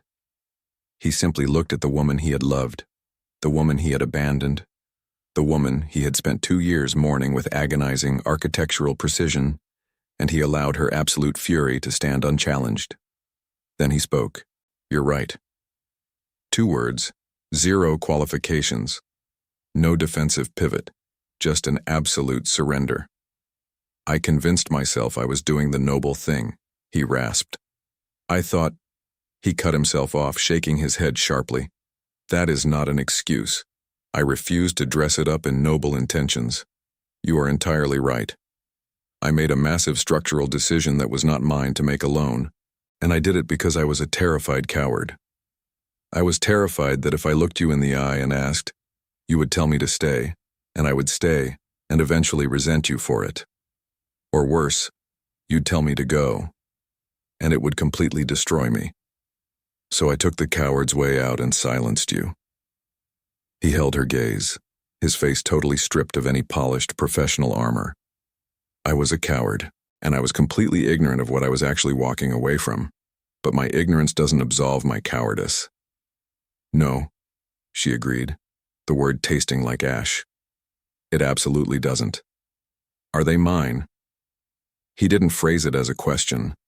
The math was already verified. But he was asking her for permission to enter it into the official record. He was actively giving her the floor. Yes, she said. The single syllable hit the table like a lead weight, the final exhausting step at the end of a grueling marathon. William squeezed his eyes shut. He held them tightly closed for 3 agonizing seconds. When he finally opened them, the whites were flooded with red, the irises shining with unshed tears he was violently fighting to suppress. "I have missed," he choked out, his voice cracking violently on the harsh consonants. "A year and 5 months. Yes, I missed their first words. Mia clearly stated no at 9 months. Luca demanded more at 10, just in case you needed the exact timeline of what your absence cost." The cruelty slipped out sharper than she had intended. He absorbed the blow without flinching. "I want to know the entire timeline," he said, his voice trembling. "Everything. I want to know every single microscopic detail. Not because I think it earns me retroactive credit or changes the damage I did. I know it doesn't. But because they are." He choked again, pressing his palms harder into the table as if trying to ground himself. "Because they exist in the world, and I didn't know. And Amalia, I swear to God, I need you to understand that if I had known, if you had just told me." "I know." She cut him off. And she did know. That was the most agonizing variable in the entire equation. She knew with absolute certainty that the invoice on the counter would never have been written. She knew that the calculation of a man weighing his ambition against his relationship was fundamentally different than the calculation of a man weighing his ambition against his own flesh and blood. She had acknowledged this truth in the darkest, most brutally honest corners of her own mind for a very long time. Understanding his hypothetical reaction didn't diminish her rage. It simply tangled the fury into a much more complicated, exhausting knot. They remained in the booth for another hour. The waiter eventually deposited 2 plates of untouched braised short ribs between them. The dialogue shifted into the cautious, halting territory of the aftermath. 2 people navigating the smoking crater of a detonated secret, entirely unsure of where the safe footing lay. "I want to formally meet them," William stated quietly. "If you will permit it. I am not establishing terms right now. I am not going to ambush you with a custody lawyer or demand weekends. I am simply asking for permission to be introduced to my children." She studied him. She looked at the man who had been the focal point of her burning rage for 2 years, noting how completely hollowed out and desperate he looked sitting across from her. "I need to consider it," she said flatly. "Okay. That means I am taking it under advisement. It does not mean yes. I completely understand." She reached for her dark wool coat. He immediately stood up from the booth. The same ingrained reflex. She noted with a sudden, sharp pang of resentment how much she had missed the safety of that gesture. "William," she said, pausing at the edge of the table. He froze, waiting. "Her name is Mia Claire," she said, her voice finally softening just a fraction. "His is Luca James." She let the names hang in the air. "I decided you had the right to know their full names." She turned and walked out into the biting Denver night. As the heavy door swung shut behind her, she heard the distinct scrape of a wooden chair, the sound of a man slowly collapsing back into a booth, entirely alone, clutching the very first fragments of a family he hadn't known existed until 4 days ago. She held her composure until she slammed the door of her SUV. Then she gripped the leather steering wheel, dropped her forehead against her knuckles, and wept with violent, exhausted relief. When her lungs finally stopped burning, she put the car in gear and drove home to their children. The hospital assigned her room 214. Its single window offered a bleak, uninterrupted view of the concrete parking garage. She couldn't have cared less. During those agonizing 2.5 days leading up to and immediately following the delivery, scenic vistas were entirely irrelevant. She arrived armed with a meticulous birth plan because she was Amalia Voss, and Amalia generated plans the way other people metabolized oxygen, automatically, continuously as a fundamental baseline for survival. The document clearly dictated absolutely no epidural unless medically mandated, immediate skin-to-skin contact, delayed cord clamping, and a specific Spotify playlist titled "This Is Fine" that she had aggressively curated at 3:00 a.m. during her 7th month while stress-eating saltines and refusing to break down. Of that intricately constructed plan, she successfully executed exactly 2 items: the playlist and the saltines she had shoved into her hospital bag on a sudden desperate intuition. Mia arrived violently at 34 weeks and 4 days, an acceleration no one had authorized. Luca followed a terrifying 6 minutes later. They were both devastatingly small. Their translucent skin stretched tight over fragile ribs, their tiny chests heaving with an urgency that sat like a stone in Amalia's own chest. There was simply too much air between their fragile bodies and the robust size they were mathematically supposed to be. The neonatal team rushed them to the NICU before Amalia's exhausted brain could even process the empty bassinet beside her bed. She lay paralyzed in room 214, the steady, mechanical hum of the parking garage echoing through the glass, and thought, "I need to call someone." She called her mother. Within 4 hours, her mother was boarding a transatlantic flight from Lisbon. She did not call William Harte. She possessed his new Denver number. She had memorized the digits with the same bitter repetition you use to memorize a poison control hotline, a string of numbers you pray you never have to dial. The decision she finalized in that sterile room requires absolute, unflinching precision. She did not withhold the truth out of pure, vindictive hatred. She had loved him deeply. She still loved him, which was its own unique, suffocating brand of torture. She chose silence because she was lying utterly alone in a hospital bed at 35 weeks, her body having barely survived a trauma it had not consented to. The mere thought of dialing the man who had cowered behind a written invoice, who had unilaterally decided her life was better without his presence, and begging for his attention felt like a fatal humiliation. It would have broken the last intact piece of her spine. He had already stolen her right to choose her own future. She refused to humiliate herself by begging him to reconsider the variables now. The NICU housed 22 glowing incubators, the vast majority occupied. The nursing staff glided through the dimly lit ward with a focused, quiet efficiency that Amalia found intensely anchoring. It was the absolute antithesis of panic, the silent, practiced language of professionals who understood that unshakable steadiness was the only currency that mattered here. On the second day, a veteran nurse named Teresa guided her through the labyrinth of wires and plastic. Teresa stood beside each incubator, her voice a calm, unhurried metronome, translating the terrifying data, which monitors indicated stability, which fluctuating numbers were acceptable, and which specific alarms mandated immediate intervention. Mia's digital readouts remained stubbornly stable. Luca's oxygen levels, however, executed a terrifying dive on the first night, demanding 2 grueling hours of hyper-vigilant observation and a rapid adjustment to his nasal cannula. For those 120 minutes, Amalia sat entirely frozen beside the plastic box. She locked her muscles, terrified that even the microscopic rustle of her paper gown might somehow disrupt the fragile negotiations happening inside his tiny lungs. He fought his way back. His numbers stabilized right before midnight. Teresa materialized with a steaming cup of chamomile tea. "Do you have family en route?" Teresa asked quietly. It wasn't a judgment, it was simply the logistical question a seasoned NICU nurse asks at midnight. "My mother lands at 6 a.m. "Good." Teresa paused, her eyes tracking the steady green line on Luca's monitor. "Is there anyone else you need us to contact?" Amalia stared down at Luca. He was impossibly tiny, a fragile collection of dark hair, shallow breaths, and miniature hands that hadn't yet learned how to grasp. She calculated the exact cost of making that call. She imagined saying the words, "There is an architect in Denver who is entirely ignorant of this reality, and I need you to track him down." "No," she said, her voice devoid of any inflection.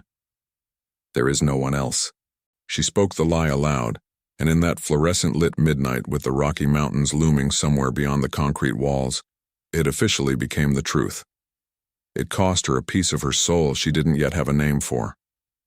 It is incredibly easy to condemn her from the outside. The instinct is to argue the morality of the situation. She had a fundamental obligation. He had a biological right to know. And technically, that argument is legally sound. But put yourself in room 214 for just a minute. Sit in the bruised yellow light filtering in from the parking garage and feel the crushing weight of being abandoned by a man who claimed to love you, yet still refused to ask you to stay. Feel the specific, suffocating isolation of being the collateral damage in someone else's ambition. Then ask yourself, exactly how much grace are you required to extend to a man while you are actively bleeding out from a wound he inflicted? Her mother breached the hospital doors at exactly 7:15 a.m. She instantly seized control with the terrifying, efficient authority unique to matriarchs when a crisis demands intervention. She physically rearranged the sterile room and interrogated the attending physicians with the polite, immovable force of a woman who had been successfully managing catastrophes since before Amalia was born. She reached through the sterile portholes of the incubators, resting her hands lightly on the infants, and murmured fiercely in Portuguese that they were fiercely loved, utterly perfect and absolutely required to survive. Eventually they did. 8 agonizing days in the NICU. 8 days composed of 15-minute visiting windows, fluctuating vital signs, and the heavy, suspended animation unique to rooms where the primary objective is simply waiting for lungs to inflate properly. And then finally, discharge. A sterile, borrowed apartment. A heavy double stroller with a maddeningly stubborn left wheel.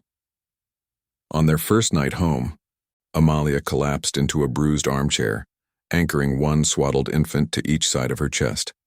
Her mother slept the exhausted sleep of the dead in the adjoining room.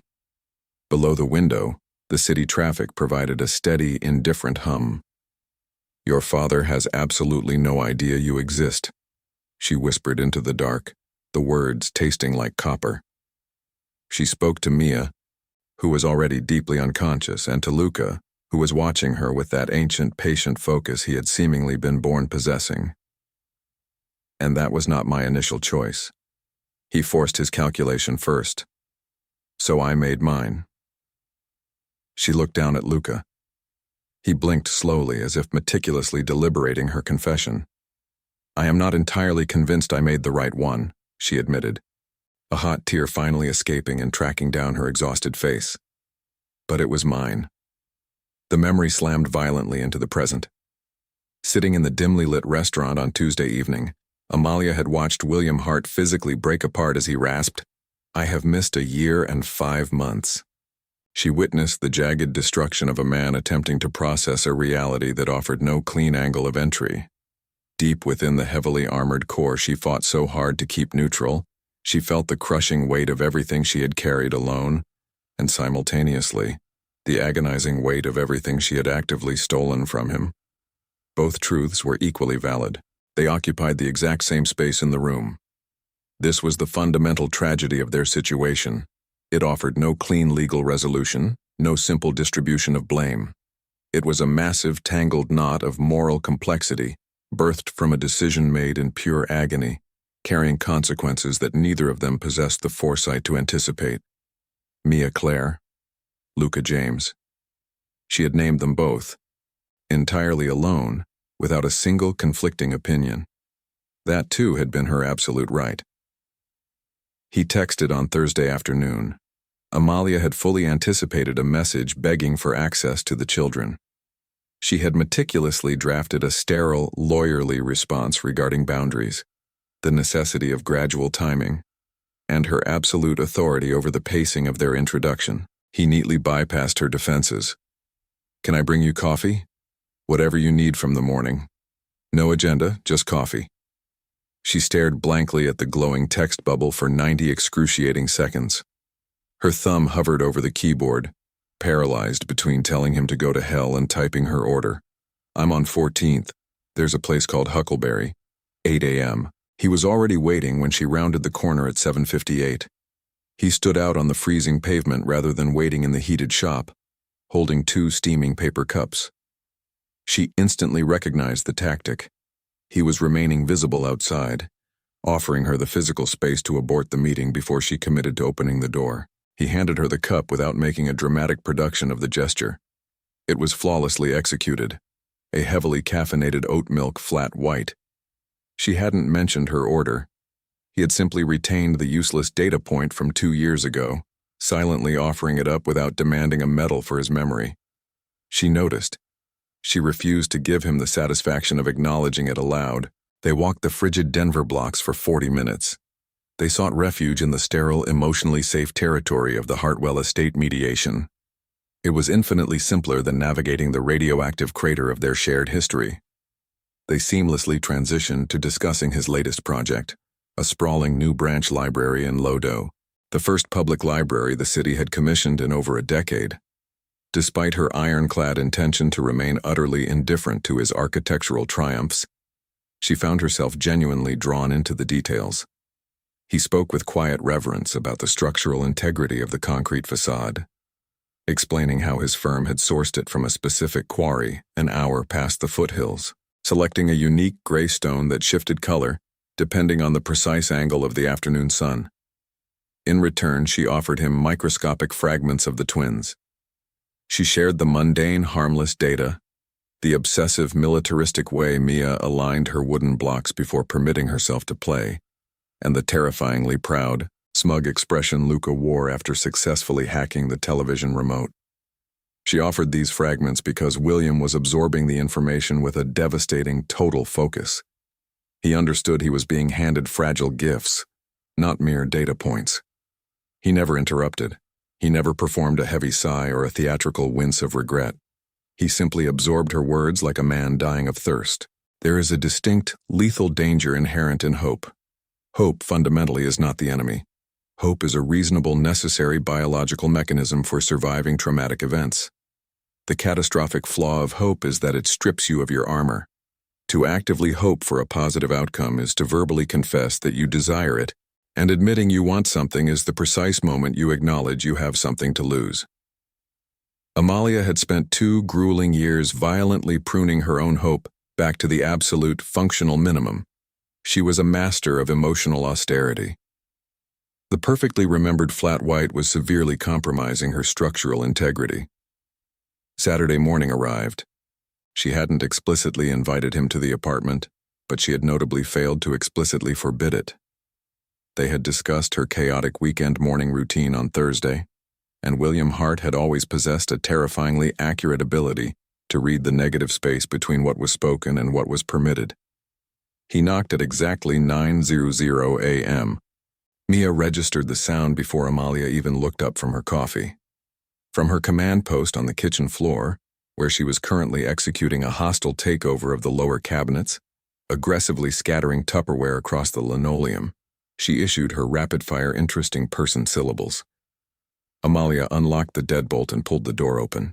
William stood in the hallway clutching a grease-stained bakery bag. "Banana muffins," he announced quietly. "I realized I have absolutely no idea what toddlers eat. They eat literally everything, including objects that hold 0 nutritional value. Good to know for the structural planning phase." She stepped aside and let him cross the threshold. The first hour was an agonizing exercise in hypervigilance. William navigated the small, sunlit apartment with the extreme caution of a man walking through a minefield. He clearly understood that this territory did not belong to him. Every single detail, the meticulous organization of the bookshelves, the color-coded sleep schedules magnetized to the refrigerator, represented a universe of choices she had painstakingly constructed in his absence. He treated the space with total reverence, actively asking for permission before touching a single object. He lowered his large frame onto the foam playmat, physically dropping to the twins' level, and allowed them to dictate the terms of engagement. Luca initiated contact first. He approached the towering architect with his signature methodology, intense evaluation preceding any physical engagement. He maintained a strict 2-foot perimeter while he conducted a thorough visual assessment of William's leather boots. He then upgraded his scrutiny to the laces. Finally, he conducted a sweeping review of William's large, steady hands resting on his knees. Apparently satisfied that the man was structurally sound, Luca simply climbed into his lap. He didn't hover near him or lean against his leg.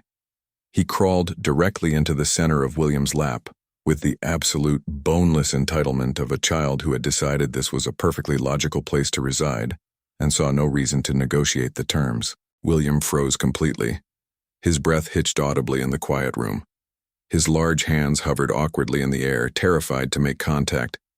Slowly, agonizingly, he lowered his palms and rested them feather-light against Luca's small back. He looked like a man terrified that applying even an ounce of pressure might shatter the boy into dust. Luca settled his weight against William's chest. He blindly reached behind him, produced a battered cardboard picture book from the ether. Amalia had long ago surrendered trying to track his hidden inventory, and shoved it backward toward William's face. "He is formally requesting a read aloud," Amalia interpreted from the kitchen island. William stared blankly at the colorful cover, then down at the small head tucked under his chin, and finally up at Amalia. A muscle in his jaw jumped violently. His face was executing a massive, complex internal renovation, frantically reinforcing the load-bearing walls of his composure, while the entire foundation shifted beneath him. Okay. His execution was terrible. He lacked any natural instinct for the bouncy, sing-song rhythm of toddler literature. He read the simple sentences with the grave, measured cadence of a man analyzing a complex legal contract, butchering the rhymes and inserting pauses in entirely inappropriate places. Luca couldn't have cared less. He melted heavily against William's chest, a warm, contented weight perfectly satisfied with the arrangement. You recognize the specific terror of this exact moment. It is the distinct, paralyzing sensation of watching an unavoidable catastrophe manifest in real time. Amalia had poured concrete over her heart to defend against this precise scenario. She had engineered load-bearing walls to keep this man out. And now, she was standing in her own kitchen, watching those massive structures quietly, efficiently redistribute the weight to accommodate him. The walls weren't crumbling or exploding in dramatic fashion. They were simply adapting to bear his load. That silent adaptation was infinitely more terrifying than a total collapse. From across the foam tiles, Mia had been rigorously auditing the Luca situation with the intense scrutiny of a senior safety inspector, evaluating a new prototype. She eventually concluded the data was satisfactory. She executed her wobbly, determined march, a skill she had only mastered 6 weeks prior, her hips swaying unsteadily but her forward momentum undeniable, and planted herself directly in front of William. She stared up at him. He stared back. Luca had already succumbed to a heavy sleep against his chest, a fact William had entirely failed to register because he was totally captivated by the fierce, assessing gaze of his daughter. Mia slapped both small palms flat against his denim-clad knee to anchor herself. Then she began the arduous ascent. It wasn't a smooth operation. She grunted with the physical effort, slipping once before finding her footing. Finally, she wedged herself perfectly against the empty side of his chest, fitting her small body into the negative space with the exact precision of a missing puzzle piece clicking into place. William didn't utter a single syllable. His strong arms instinctively curled around both of them. A primal protective reflex he was executing flawlessly without any prior training. Amalia stood frozen in the kitchen doorway, her knuckles turning white around a coffee mug that had gone stone cold 20 minutes ago. She watched her twin children sleeping soundly, anchored to the chest of their father. The dam finally broke. The massive, terrifying wave of love she had spent 2 years obsessively managing, keeping it chilled, contained, and safely under lock and key, violently breached containment. It flooded her chest, a physical ache that burned the back of her throat. It was warm, devastatingly specific, and entirely indifferent to the rigid defensive schedule she had engineered. She violently pivoted away, fixing her eyes blindly on the marble countertop. She stared intensely at the bouquet of deep burgundy dahlias she had unconsciously purchased at the farmer's market. The bruised, plum-colored petals were still vibrant, still holding their shape against the inevitable decay. She forced herself to breathe. She waited 3 full minutes until she trusted her voice not to shatter. She turned back to the living room. "You can stay for lunch," she said quietly. William snapped his head up. A profound, silent earthquake ripped across his features. It wasn't a smile of victory or a celebration. It was the heavy, devastated awe of a man who fully grasped the astronomical weight of the concession she had just handed him. "Okay," he whispered, his voice thick and raw. "Thank you." It happened on a quiet Wednesday evening, exactly 11 days after the collision at the restaurant. Putting the twins down had been a grueling, tactical battle. Mia harbored deep, aggressively vocal opinions regarding the proper sequence of her bedtime routine, and Luca had stubbornly decided that sibling solidarity required him to fight off sleep until his sister finally surrendered, dragging the ordeal out by an agonizing 40 minutes. By the time Amalia finally slipped out of the nursery and clicked the door shut, the apartment was blanketed in the heavy, ringing silence that only exists in the immediate aftermath of a hurricane. Her spine ached, a dull throb pulsing at the base of her neck as she leaned her forehead against the cool, painted wood of the hallway door. William was waiting in the kitchen. He had already scrubbed the dinner pans and wiped down the counters, a silent, domestic penance he had seamlessly integrated into his routine sometime during the second week, without ever asking for permission. He stood leaning heavily against the marble island, the steam from his mug curling into the dim air, his eyes locked on the jagged silhouette of the mountains through the balcony glass. The dying sun was actively bleeding across the western range, bruising the peaks in deep shades of violet and rose. She sank into a chair at the small, cheap dining table she had inherited with the corporate rental. He immediately pulled out the chair opposite hers. The cramped geometry of the furniture forced their knees dangerously close, the air between them thick and crackling with unspent energy. "I need to tell you something," she murmured, her fingers tracing the raised grain of the faux wood laminate. "Something I have never confessed to anyone, not even Cora." William slowly lowered his mug to the table, the heavy ceramic clinking softly against the wood. "During the pregnancy," she began, her voice dangerously fragile, "specifically around the 4th month when the blinding terror finally bleeds into a bone-deep exhaustion, I forced myself to have a brutal internal reckoning. I debated whether I was withholding the truth out of pure protective principle or out of toxic anger." She dropped her gaze to her empty hands, her thumbnails digging ruthlessly into her cuticles. "I convinced myself it was principle. I built a bulletproof case that you had executed your choice, so I was fully justified in executing mine. I rationalized that burying the secret was the only way to shield my children from a man who had already mathematically concluded his life was vastly improved without us." She stopped, swallowing against a sudden, sharp tightness in her throat. "That was only a fraction of the truth," she confessed. "The rest was pure, concentrated rage. I was so violently angry, William. Guarding that secret felt like the absolute only piece of leverage I possessed after you systematically stripped every other choice away from me." Speaking the words aloud stripped away the final layer of her armor. She was actively surrendering the moral high ground, confessing to the ugly, complicated reality of her own vengeance.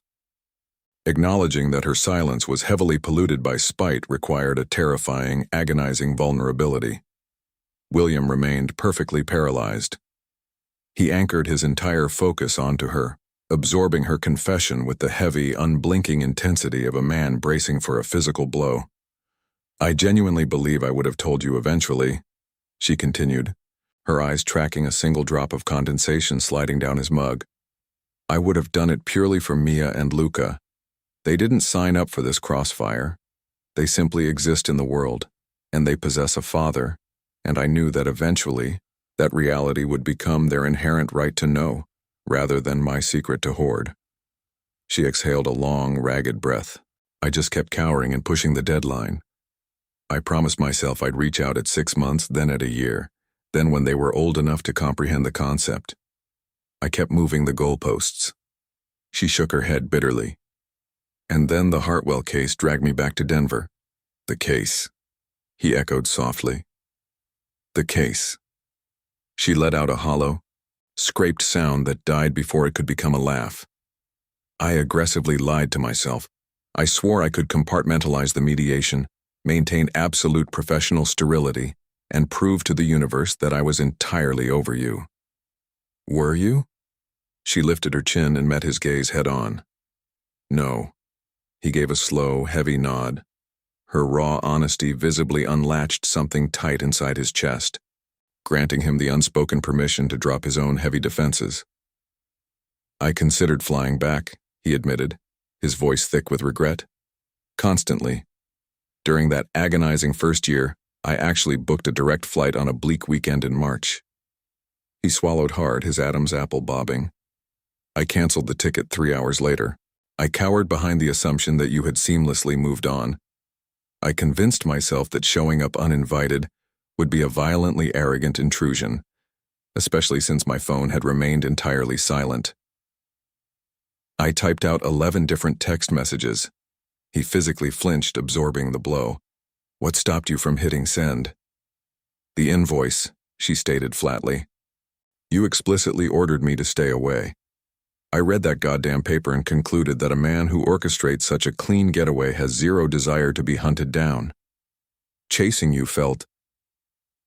She searched the air for the precise terminology. Pathetic. Undignified.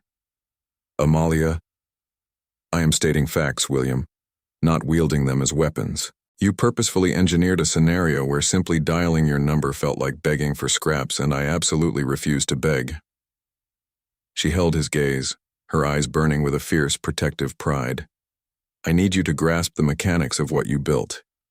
This is simply the structural reality of the situation. A profound, terrifying intimacy settled over the cramped dining table. It lacked the soft edges of romance. Instead, it possessed the brutal, foundational weight of a shared excavation. They were two architects of a massive disaster finally dropping their shields, surveying the smoking wreckage of their history with absolute, unsparing honesty. They were laying a dangerous new foundation, one capable of either supporting a future or permanently crushing them both. I should have consulted you, William rasped, stripping all theatrical remorse from his tone to deliver the naked truth. I should have placed the Meridian contract on the table and confessed I was completely torn. I owed you all the variables. Instead, I operated in total secrecy because I was paralyzed by terror. I was terrified of your power to make me stay, or your power to shatter me by letting me go. I executed a unilateral betrayal and cowardly disguised it as a protective sacrifice. Yes, she agreed softly. Every conceivable angle of that calculation was fundamentally corrupt. Absolutely. He studied her face, his eyes searching for a crack in her resolve. Does it mitigate the damage, even slightly, to know that the regret nearly hollowed me out? She evaluated the question carefully. Knowing it cost you something brings a specific type of comfort, she decided. I take zero pleasure in your suffering, William, but your agony proves the decision carried massive weight. It proves you didn't simply pivot your career trajectory while treating our entire history as an irrelevant footnote. You were the entire foundation, he stated with a quiet, immovable certainty. She believed him implicitly, which only tangled the emotional knot tighter. Tell me something new, she requested, suddenly desperate to pivot away from the heavy gravity of the past. About the twins, something specific you've observed. He blinked, thrown by the sudden shift. Like what? Mia and Luca, you have occupied this apartment every single day this week. Present a piece of data that genuinely surprised you. He fell silent, his eyes drifting to the middle distance. She watched his mind work, tracking the familiar, intensely focused stare he utilized when calculating a complex problem. It was an old architectural quirk, a habit that used to oscillate between incredibly charming and deeply infuriating. She hadn't allowed herself to view it with any warmth for 2 years, but tonight, the familiarity of his concentration tugged dangerously at her chest. Luca actively monitors Mia, he finally answered, his voice softening with awe. Right before he surrenders to sleep, he deliberately turns his head to visually confirm her presence, and only then does he allow himself to fully settle. I caught him doing it yesterday, so I actively watched for it today. He refuses to clock out until he has verified her structural integrity. A violent melting warmth flooded Amalia's chest, actively dismantling another heavy brick in her emotional wall. He has maintained that protocol since the NICU, she whispered, a tight, genuine smile finally breaking across her face. The neonatal nurses constantly noted that their erratic heart rates would only fully stabilize when their incubators were pushed close together. William stared at her across the narrow expanse of the cheap table. The bruised mountain twilight had fully surrendered to the night, replaced by the sprawling electrical grid of Denver bleeding amber and stark white light through the balcony glass. "Thank you," he said, the words carrying the weight of a sacred oath. "Thank you for giving me that." The massive New York junket loomed on Thursday's calendar. It was a grueling gauntlet, 3 days, 4 high-profile press appearances, a keynote address for an international architecture symposium, and a high-stakes dinner with the board of the firm's most aggressive investor. His project manager had fired off the itinerary 3 weeks prior, her emails radiating the specific, highly caffeinated anxiety of a woman who understood exactly how much capital relied on William's physical presence. The printed schedule sat on his drafting table, the edges curling in the dry air of his office. He dialed her number on Tuesday morning. He gripped his phone tightly, staring down at the chaotic Denver traffic crawling below his office window, and quietly informed her he wasn't boarding the plane. "Patricia," she snapped instantly, her voice echoing the impending disaster at the symposium. "I am fully aware," William replied, his voice steady, refusing to absorb her panic. "Someone else can manage Patricia." A heavy, static-filled silence crackled over the line. "William, I am rearranging the board. I am not canceling the contract. I am shifting the logistics. There is a remote video uplink available for the keynote. The investor dinner is the only immovable variable, and I am actively working on a solution." "Why?" She demanded the word, not because she lacked comprehension, but because she required his verbal confirmation of the madness. "Because there are critical elements here in Denver that cannot be rescheduled," he stated, the leather of his desk chair creaking as he leaned forward, "and I am completely finished deciding that those are the elements forced to move." His project manager was livid. She rattled off a barrage of entirely valid, intensely logical arguments regarding professional suicide, the critical necessity of market visibility, and the volatile politics of the investor board. William absorbed every single reprimand.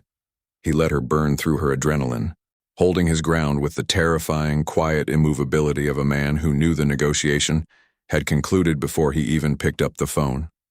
Rebuilding the fundamental architecture of a life's priorities rarely involves cinematic airport sprints or breathless declarations in the rain. It is a grueling, unglamorous demolition.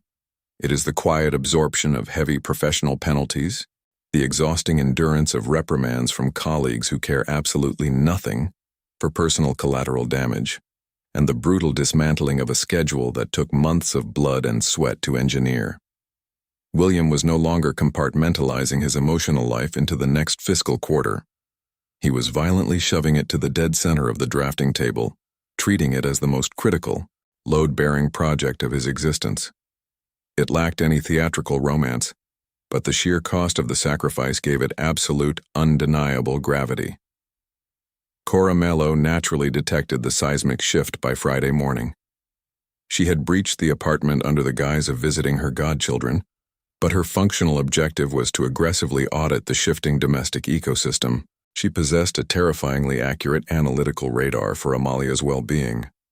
She stepped through the door to find William seamlessly operating the espresso machine in the kitchen, both toddlers happily destroying the living room rug, and Amalia hunched over her laptop at the dining table, fiercely projecting the illusion of a woman successfully concentrating on her legal briefs.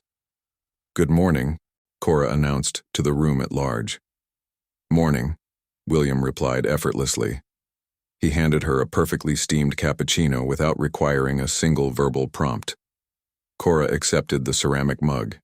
She scrutinized the latte art, shifted her dark eyes to the architect, and then locked a highly judgmental stare onto Amalia. Amalia shot back a desperate, wide-eyed look that clearly broadcast. "Stand down until later." Later officially commenced the second the twins slipped into unconsciousness. William had retreated to the guest bedroom to field a volatile contractor dispute regarding the Lodo library, leaving the women isolated on the narrow balcony. The thin, biting November wind whipped Amalia's hair across her face as they gripped their warm mugs. "He torpedoed the New York trip," Amalia confessed softly. "I am fully briefed. He mentioned it." Amalia snapped her head sideways. "You two are exchanging intelligence?" Luca presented him with a remarkably average pebble this morning, and William reacted with the solemn reverence of a man being handed the Hope Diamond. "We have officially bonded." Cora's tone was desert dry.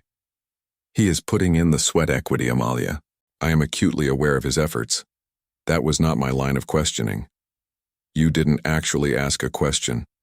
I am deposing you right now." Cora slammed her mug onto the metal balcony rail with a sharp clank. "What is your desired outcome? Disregard what is safe. Disregard the historical precedent. What do you actually want?" Amalia stared blindly at the Rockies. The jagged peaks were terrifyingly sharp today, scoured clean by the freezing autumn air, the granite ridges slicing violently into the blue sky. "I want the terror to stop," she whispered. "Define the parameters of the terror." "I am terrified," she choked, forcing the words through a tight throat. "I am terrified of letting this become real, only to watch it vanish. I am terrified of him waking up in 6 months or 3 years and suffocating under the weight of it all. What happens when he realizes this life is too small, the domestic constraints are too heavy, and he desperately craves the freedom of the man who could simply pack a bag and conquer any city?" She ground her teeth together, her jaw aching with the tension. "He already calculated that his ambition outranked my presence. I understand the nuances now, I understand the cowardice behind the letter, but the empirical data remains on the record. He has a documented history of flight, and my children absolutely do not deserve to anchor their fragile little hearts to a man who has already proven his dreams are worth more than his staying power." This was the bleeding, undeniable core of the entire catastrophe. The stakes had fundamentally mutated. The battle was no longer merely about Amalia's bruised heart or William's redemption arc. It was entirely about Mia and Luca. They were 17 months old, utterly defenseless against the complex wreckage of their parents' history. They absorbed the world with wide, innocent, sage green eyes. Guided by pure, uncomplicated biological instinct, they were already reaching their tiny hands toward their father. Amalia was drowning in the impossible, agonizing paradox. How does a mother navigate the collision between her own terrifyingly resilient love for a man and her sacred blood-sworn duty to protect her children from that exact same love destroying them? There was no sterile legal framework for this. Any claim of a clean, simple resolution was a total delusion. She delivered the ultimatum that very evening. The residual, blinding fury had finally burned off, leaving behind a cold, diamond-hard clarity that was infinitely more intimidating. She confronted him in the living room. Luca sat wedged securely between them on the sofa, aggressively evaluating a cardboard picture book while Mia slept with absolute tyrannical authority in the nursery. "I require an answer to a question," she stated quietly, her eyes tracking the steady rise and fall of Luca's small chest. "And I need you to treat it as a binding contract." "All right," William agreed instantly. "What happens when the novelty wears off?" She turned her head, locking her dark eyes onto his. "I am not talking about the golden weekends. What happens when Luca hits a grueling developmental regression, or Mia spikes a fever for 2 straight weeks, or I am drowning in a massive trial that consumes every shred of my sanity? What happens when a massive infrastructure project demands your presence in another time zone, the children are crying for you, and I am completely unavailable?" She dug her fingernails into her own thigh to keep her hands from shaking. What happens when the crushing, suffocating reality of this life finally lands, and it costs you significantly more capital than you ever budgeted for? William did not offer an immediate, polished rebuttal. His restraint sent a wave of profound relief crashing through her. A rapid-fire defense would have been a cheap, rehearsed performance. He slowly shifted his gaze to Luca, who was currently tracing the bottom edge of a cardboard page with absolute monk-like devotion. He looked out toward the dark glass of the balcony and finally brought his eyes back to Amalia. "I have absolutely no idea," he admitted softly. Amalia blinked, momentarily destabilized by the raw honesty. "I cannot predict the exact logistical mechanics of those disasters," he continued, his voice a deep, steady rumble. "But I can clearly state my absolute intent. I have spent the last 3 weeks surgically dissecting my own cowardice. The defining truth is that I drafted that cowardly letter because I was paralyzed by fear. I wasn't afraid of you, or the relationship. I was terrified of becoming the selfish bastard who demanded you fundamentally alter your entire existence to serve my ambition. I aggressively convinced myself I was shielding you from an unfair request, when in reality, I was just desperately protecting my own ego from a potential rejection." He leaned closer, holding her gaze with a fierce, burning intensity. "I refuse to ever utilize that defense mechanism again. I am going to ask the question. I will lay the variables on the table, even when I am violently terrified of the answer. And if the answer requires an impossible sacrifice," she challenged, her pulse hammering in her throat. "Then we engineer a solution," he stated with absolute finality. "Not me operating in isolation, not you carrying the burden alone. We figure it out together." A heavy, charged silence settled over the sofa. "My children do not deserve to be abandoned," she whispered fiercely, a fierce, protective tear finally breaking free. "I know," he breathed, the words thick with shame and conviction. "And neither do you. Neither did you. I will never attempt to litigate that fact. It is an absolute truth. But I swear to you, Amalia, I will spend the remainder of my breathing life acutely aware of that damage, and I will structure every single choice I make around never repeating it." Luca paused his rigorous literary review. He slowly lifted his small head, turning his intense, evaluating gaze to William and then to Amalia. He offered a short, grunting sound of general approval and immediately returned his attention to the cardboard flaps. Amalia stared at William. She studied the face of the architect who had once callously redesigned her life without a permit. She was now looking at a man who was meticulously, desperately requesting permission to lay a single brick. "I require more time," she said, her voice finally softening. "I know. That is not a rejection. I know that too." She drove alone on Sunday. Heading west, the urban sprawl thinned out, surrendering to the slow, patient upward tilt of the Rocky Mountain foothills. She had left the twins in Cora's capable hands, a woman who swept through the front door radiating the exact, unquestioning authority required to feed 2 volatile toddlers an excellent lunch. The car offered a rare, sterile sanctuary. The apartment was suffocating, every corner heavily saturated with the phantom echoes of recent exhausting conversations.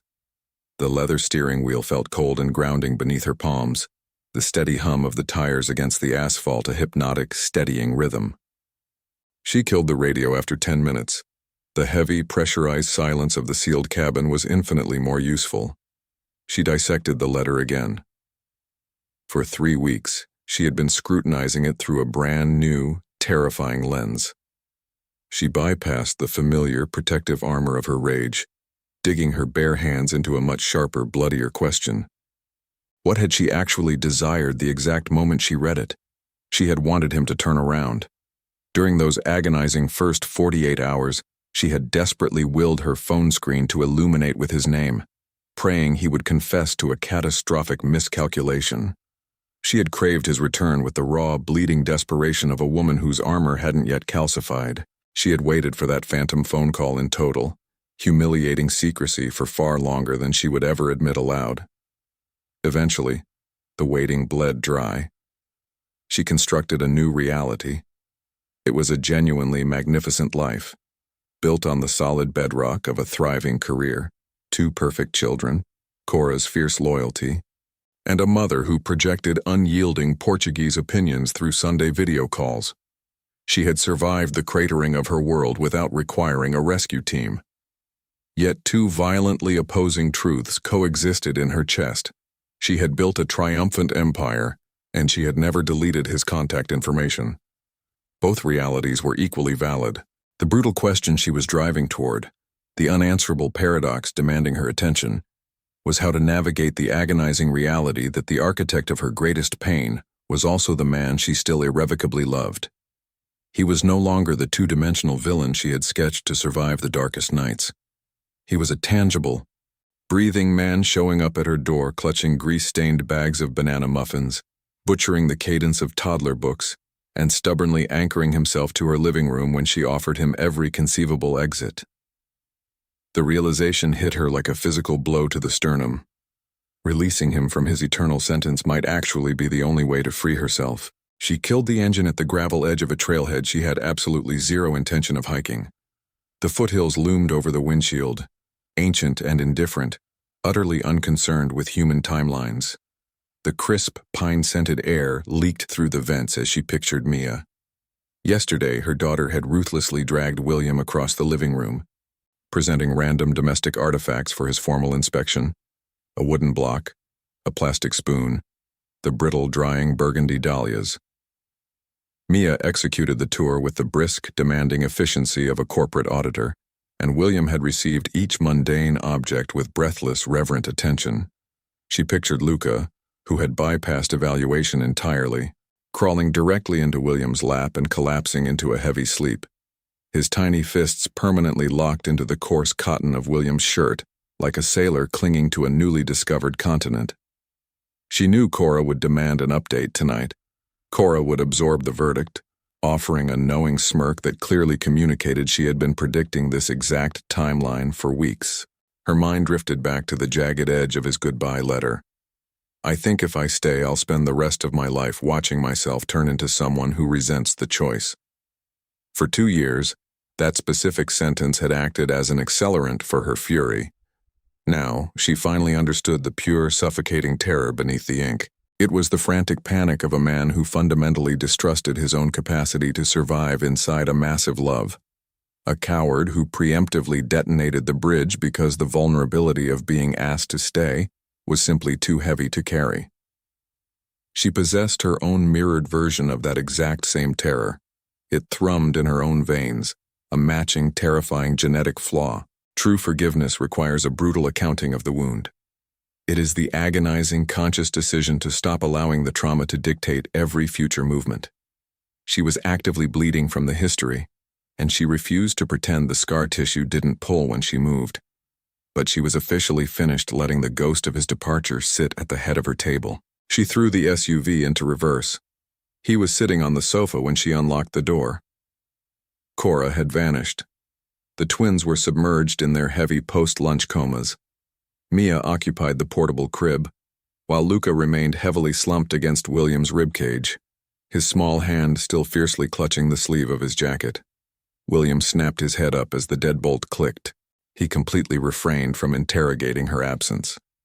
She dropped her keys onto the entry table with a sharp, metallic clatter.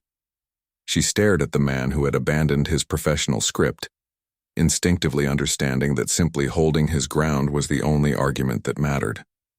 "I am not going to stand here and pretend the anger has evaporated," she stated softly. "I know. It burns hotter on certain days. It might take years to fully bleed out. It might never completely vanish. That is entirely fair. And I require a fundamental shift in your architecture." She held his gaze, her eyes burning with a fierce, protective heat. "I need you to vocalize the terror before you unilaterally execute a demolition. I need you to ask the question, even when you are paralyzed by my potential answer." "Yes," he vowed. It lacked any theatrical flourish. It was simply a binding oath. "And this," she gestured vaguely at the apartment, the sleeping toddlers, the impossible heavy gravity of the three of them occupying the same oxygen. "This process will be excruciatingly slow. There will be brutally difficult days. I am not handing you a neatly tied ending. I am offering you a very fragile beginning." He nodded slowly, his chest rising in a deep, unsteady breath. "A beginning is all I want." She sank into the armchair opposite the sofa. Luca shifted slightly against William's side, exhaled a long, milky breath, and settled deeper into his sleep. "Mia Claire," she whispered into the quiet room. Luca James. He had read the names on the birth certificates, but she delivered them differently now. It was a formal surrender of the gates. These are my children. These are yours. I am letting you inside. William dragged his eyes from Luca's sleeping face to the mesh edges of Mia's crib. He repeated the syllables like a sacred incantation. Mia Claire, he rasped, the sound barely scraping past his throat. Luca James. The final consonant shattered completely. A single heavy tear broke loose, tracking silently into his beard. He made absolutely no effort to wipe it away. Amalia looked at the devastating fracture in his composure. She stared at the man who had once engineered a massive failure, who was now painstakingly laying bricks to build something capable of holding them all. A chaotic, suffocating cocktail of rage, profound love, paralyzing fear, and blinding hope flared simultaneously in her chest. It was a volatile mixture they would likely breathe for years to come. She suspended her hand over the empty carpet, bridging exactly half the distance between the armchair and the sofa. An opening, a monumental, terrifying question. William stared at her trembling fingers. He lifted his eyes to meet hers. He reached back. The rough calluses of his large hand brushed against her knuckles. He gently laced his fingers through hers, the heat of his skin instantly shocking her pulse. It offered zero guarantees of a clean resolution. It was simply a beginning. April in Denver carried a vastly different frequency than October. The biting, high-altitude chill still clung to the early morning shadows, but a restless, vibrant green energy hummed beneath the thawing soil. Along the asphalt paths of Washington Park, the towering cottonwoods were pushing out their first tentative buds, unfurling delicate leaves against the warming sky. It was the exact same park. The lake still caught the brilliant morning light. The path still rolled smoothly beneath the heavy stroller wheels. Yet the entire gravitational configuration of the scene had been completely rewritten. Amalia steered the stroller. William walked a comfortable arm's length beside her, the steam from his black coffee curling into the crisp air. His face carried the profound, settled peace of a man who had redefined his existence and fiercely protected that new reality. 3 months ago, he had signed the lease on a modest, scaled-down apartment in Cherry Creek. It was a highly deliberate geographical calculation, within easy walking distance of the twins, yet maintaining enough physical distance to prove he was painstakingly earning his proximity rather than assuming it. Mia rode in the stroller, a containment strategy she tolerated with rapidly deteriorating patience. At 14 months old, she firmly believed walking was the only acceptable mode of transit for a woman of her independence. She communicated this manifesto by jabbing a rigid index finger toward the pavement and demanding down with absolute, tyrannical conviction. Luca, however, had already secured his freedom. His tiny, pudgy hand was entirely swallowed by William's large grip as he navigated the path at a grueling, methodical pace, utterly captivated by every single microscopic crack and pebble in the asphalt. "He is going to secure another rock," Amalia observed, a wry smile tugging at the corner of her mouth. "He acquires a new specimen on every single expedition," William agreed. "He doesn't just acquire them, he hoards them." "I currently have 4 distinct rocks arranged on my kitchen island," William noted. He explicitly delivered them on Tuesday. He is curating a highly exclusive gallery. I have been strictly briefed on which ones are the premium selections. William glanced down at his son, who had currently halted all forward momentum to deeply inspect a gray fleck in the concrete. Apparently, every rock he touches is premium. The reality of rebuilding a shattered foundation rarely resembles a cinematic climax. It lacks soaring violins and dramatic airport reconciliations. Instead, survival looked exactly like this: 2 lukewarm coffees, a stubborn double stroller, and a toddler hoarding gravel. It manifested as the slow, unremarkable migration of William's belongings onto her kitchen counter. The quiet, domestic evidence of a man finally anchoring himself to a space. It was grueling, unglamorous, daily labor. It meant navigating mornings that felt overwhelmingly heavy for absolutely no quantifiable reason, and enforcing the exhausting discipline of communicating fears before they metastasized into resentment. When William recently texted, "The Arts Council needs me to present in Boston next month. Can we sit down and discuss the logistics?" Amalia's initial reflex had been a spike of blinding panic, but the panic had quickly dissolved. He had actively asked. That single, terrifying question fundamentally altered the entire load-bearing structure of their relationship. The damage wasn't magically erased. The architecture was simply, painstakingly, still in progress. Mia finally escalated her containment protest to a loud, sustained vocal objection. She only agreed to a temporary ceasefire when William reached into his wool coat and produced a smooth, flat stone, a premium piece, heavily vetted and borrowed from Luca's private collection. He offered it to his daughter. Mia grabbed it, aggressively evaluated its texture, and grudgingly accepted the bribe. "Excellent diplomatic de-escalation," Amalia murmured. "I am actively studying the local politics." She studied his profile from the corner of her eye. Over the past 6 grueling months, this architect had meticulously learned the exact cadence of Mia's favorite lullabies. He had memorized the fact that Luca required exactly 5 minutes of total silence to decompress after leaving a chaotic environment. He had mastered the violent, complex mechanics of collapsing the double stroller with one hand. Most crucially, he had learned that Amalia required partnership, not management. He was doing the bleeding, heavy lifting, and he carried the bruises to prove it. She hadn't magically stopped being afraid. The phantom echoes of his betrayal still triggered occasional unpredictable flashes of white-hot anger.